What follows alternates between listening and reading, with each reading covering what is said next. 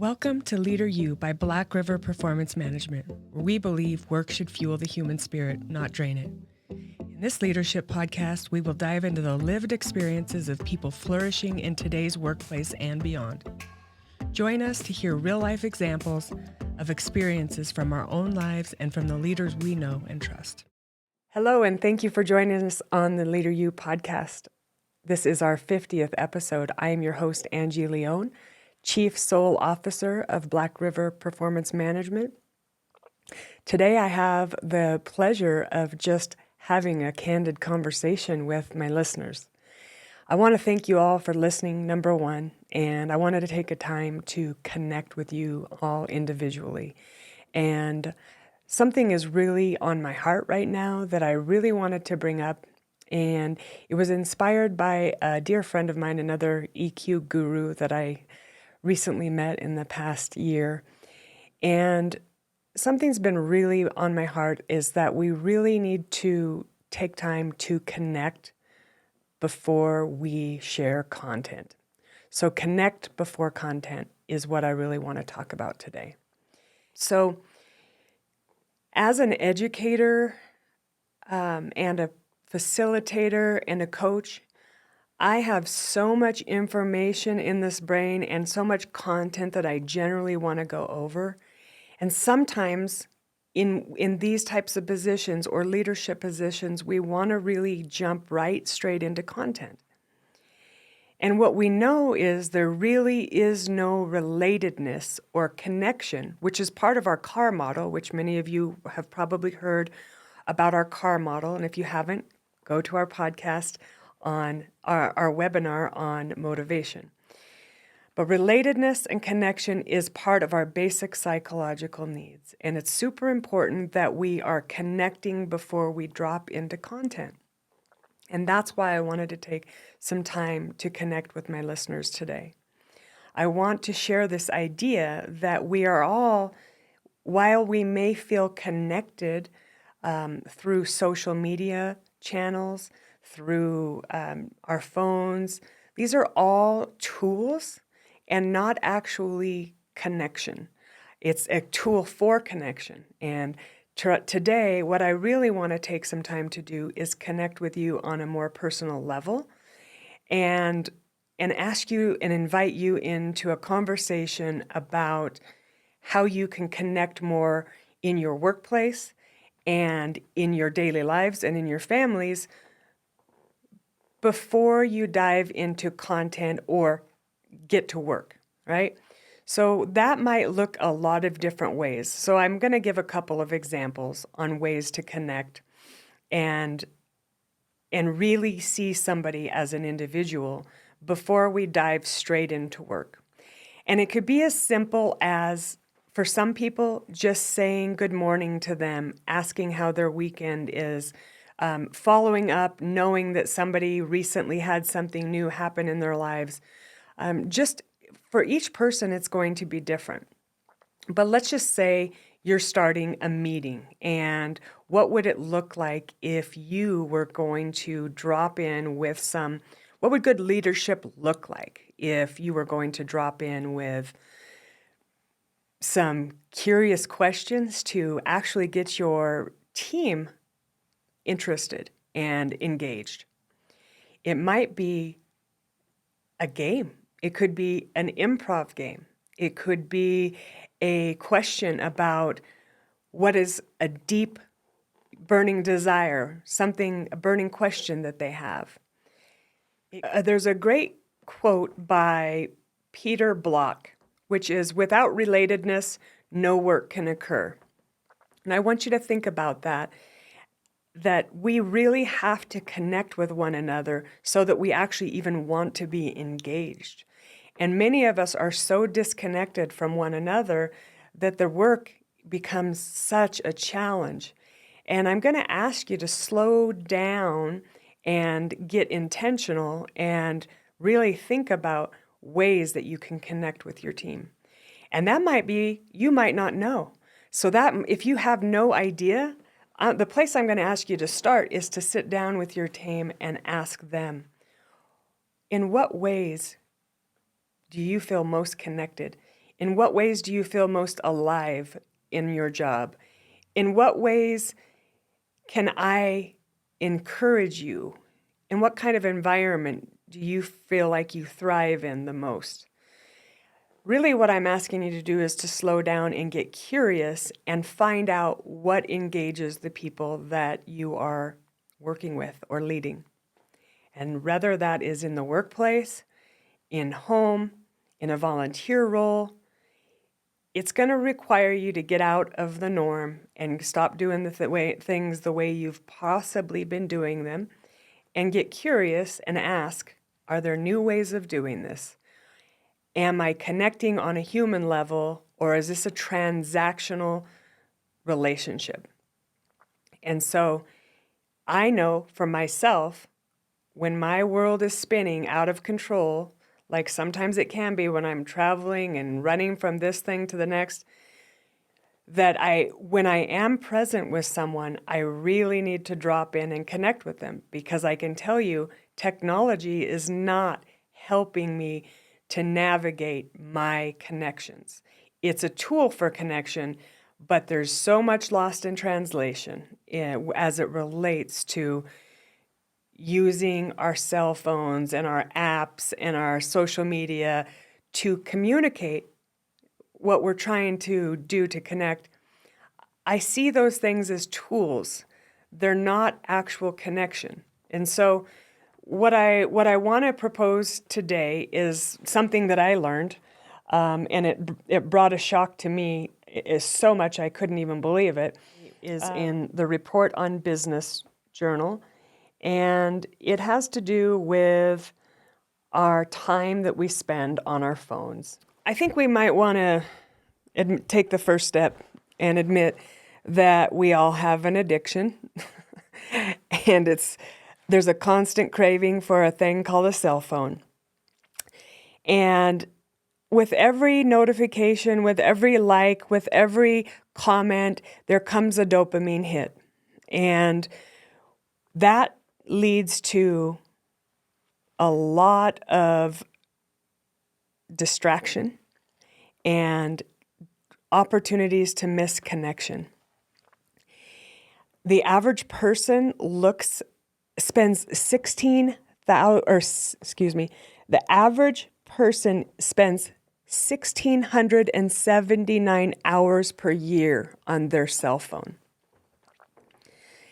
And it's something to take notice of. One thing that I think we can all do to develop as humans and to evolve is to develop our self-awareness.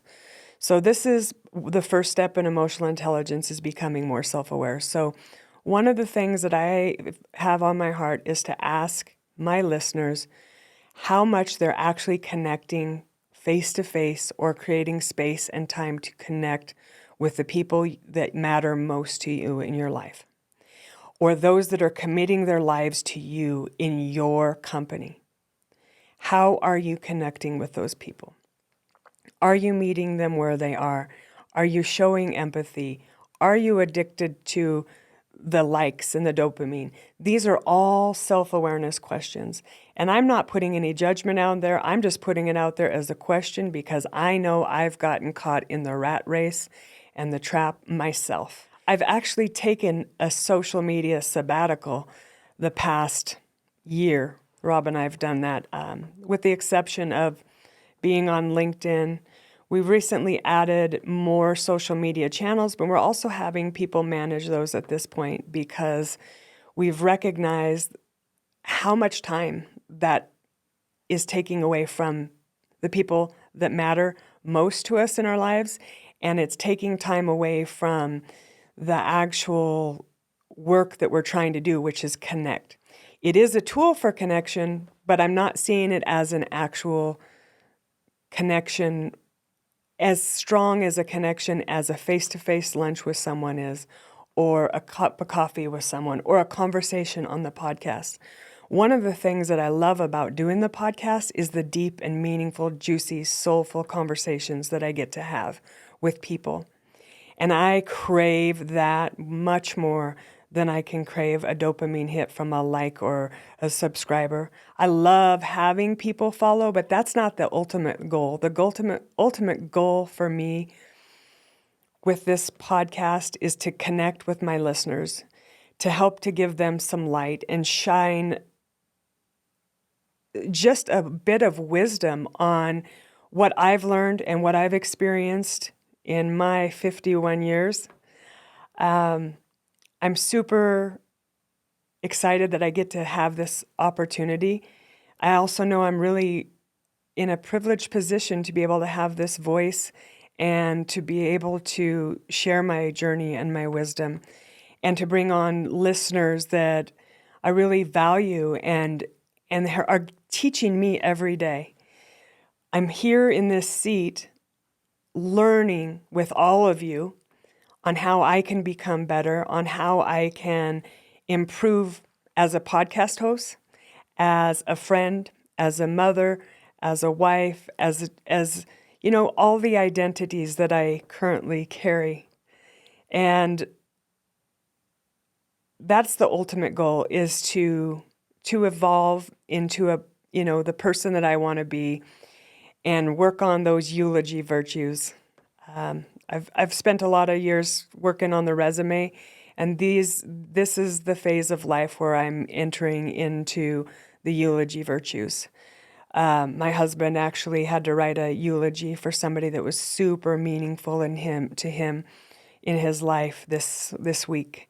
I also lost a dear friend this year, and she's only a year older than me, and she's a mother, still has kids at home, husband.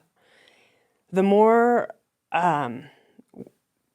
we wake up to the fact that none of us get out of here alive, and we need to start really thinking about what kind of life we want to live and what that looks like, the more we recognize what matters most to us. And so that's where I'm at. That's where I'm headed. I'm trying to become a better person every day, and I don't get it right every day, and that's okay. I'm working through it. I'm being vulnerable. I'm sharing the journey with you all, and I want you all to be knowing that I'm here to support however I can, and I'm open to feedback. I love feedback that is going to enhance me, and enhance the podcast, enhance my work, and I love constructive feedback. So I'm open to questions, curiosity, and kindness. So I really do believe in kindness and compassion. So even when you do give feedback, that it's with love, and it's not to put somebody down or to shame them or to to degrade people in any way. It's a way to offer feedback because we believe that feedback equals love.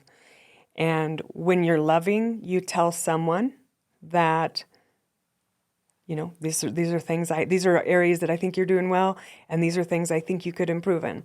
And for me, that is love. And so I'm opening myself up to feedback with love and compassion. I'm also opening myself up to sharing more of my journey in this podcast, because while I'm bringing on a ton of visitors, I'm feeling like I'm not sharing as much of my wisdom that I'd like to share. And so I'm open to the listeners of having you tell me what you want to hear more of, and what you're curious about. And I want to connect with the listeners, and I'm practicing what I preach by asking you to connect before content. So this is going to be a little bit of a shift, and I don't know how to do it quite yet in a podcast. I'm just putting it out there that I want to connect before we go into content.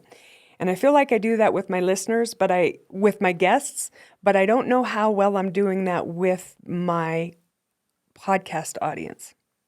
So, if you have suggestions, you can always message us on our social media channels. That comes to us. And you can always send suggestions at info@blackriverpm.com. On our Leader U website page, we actually have suggestions for podcast hosts or for podcast guests and topics you'd like to hear. So we're open to feedback. Like I said, I will take the feedback as long as it's loving and compassionate on what we can do. I'm not into critics. We don't take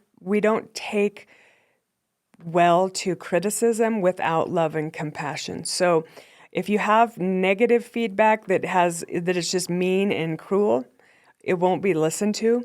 So at least frame it up in a way where it has to do with, this is some areas that you're doing well, and this is some areas that you could improve on. A coaching type mindset versus a critic. So we're open to that. And I hope it could be a lesson to you if you don't take feedback well, that maybe this is one area where you can connect with people. Because I feel like sometimes when we get some feedback from people, it might break some of our connection. But if we see it as love and view feedback as love, and the people that are giving us feedback actually care about us, and we take that brave step in just opening ourselves up to it and know that we're not perfect and that we could improve and that we haven't arrived and there's no graduation or diploma as it relates to personal and professional development. None of us has arrived. No certification, no degree, no initials by your name make you special as it relates to how you connect with people. This is something that takes continuous work and learning and development and intention.